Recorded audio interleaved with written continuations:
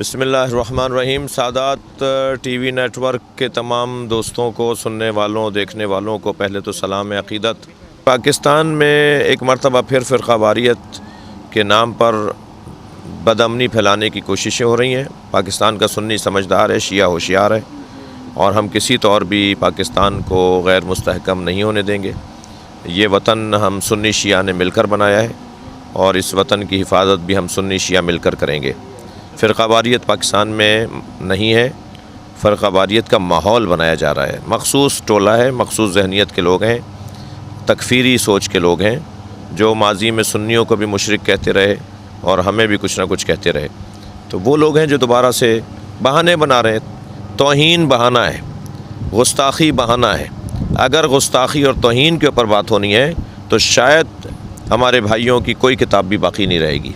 اگر گستاخی اور توہین کو عنوان بنانا ہے تو شاید کوئی بھی مسلک کا عالم ہے جو بچے گا نہیں۔ پھر کوئی خطیب کسی بھی مسلک کا، میں نام نہیں لے رہا، کوئی نہیں بچے گا۔ مسئلہ توہین کا اور گستاخی کا نہیں ہے، تاریخی حقائق ہیں، قرآن کی تفسیر ہے۔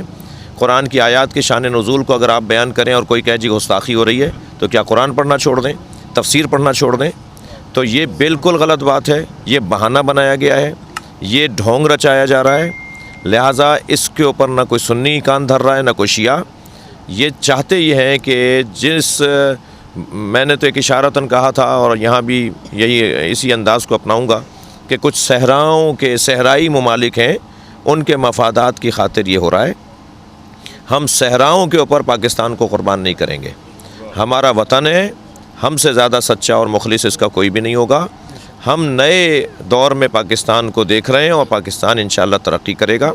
چینج آف بلاک کی طرف پاکستان جا چکا ہے، ایک بڑی شاہراہ پر آ چکا ہے، اور اس کی ترقی کی سواری تیزی سے دوڑے گی۔ اب سی پیک معاہدہ، China, Russia, Tajikistan, Iran, Pakistan, یہ چند ممالک مل کر ایک نیا اتحاد بنانا چاہتے ہیں، جسے ہندوستان پسند نہیں کرتا، جسے امریکہ پسند نہیں کرتا، اسرائیل پسند نہیں کرتا، اور ان کے ایما پر عرب ممالک اس سے پسند نہیں کرتے، کیونکہ وہ اس بلاک کے اندر ہیں۔ تو ہم پرانے دوستوں سے بگاڑنا بھی نہیں چاہتے، اور ہم نئے دوستوں سے دوستی بڑھانا بھی چاہتے ہیں۔ ایسی صورتحال میں جو لوگ پہلے سے پیسے پکڑ چکے ہیں کسی ملک سے، کہ اس ملک کے اندر انہیں فرقہ واریت پھیلانی ہے، جو تنخواہیں لیتے ہیں، جو وہاں سے کس کو نہیں پتہ کہ ان کا کس سے تعلق ہے، تو وہی لوگ دوبارہ سے اٹھ رہے ہیں اور بہانہ بنا رہے ہیں گستاخی کا، بہانہ بنانے توہین کا۔ اگر یہ بات ہے تو پھر کوئی بھی اس ملک میں نہیں بچے گا۔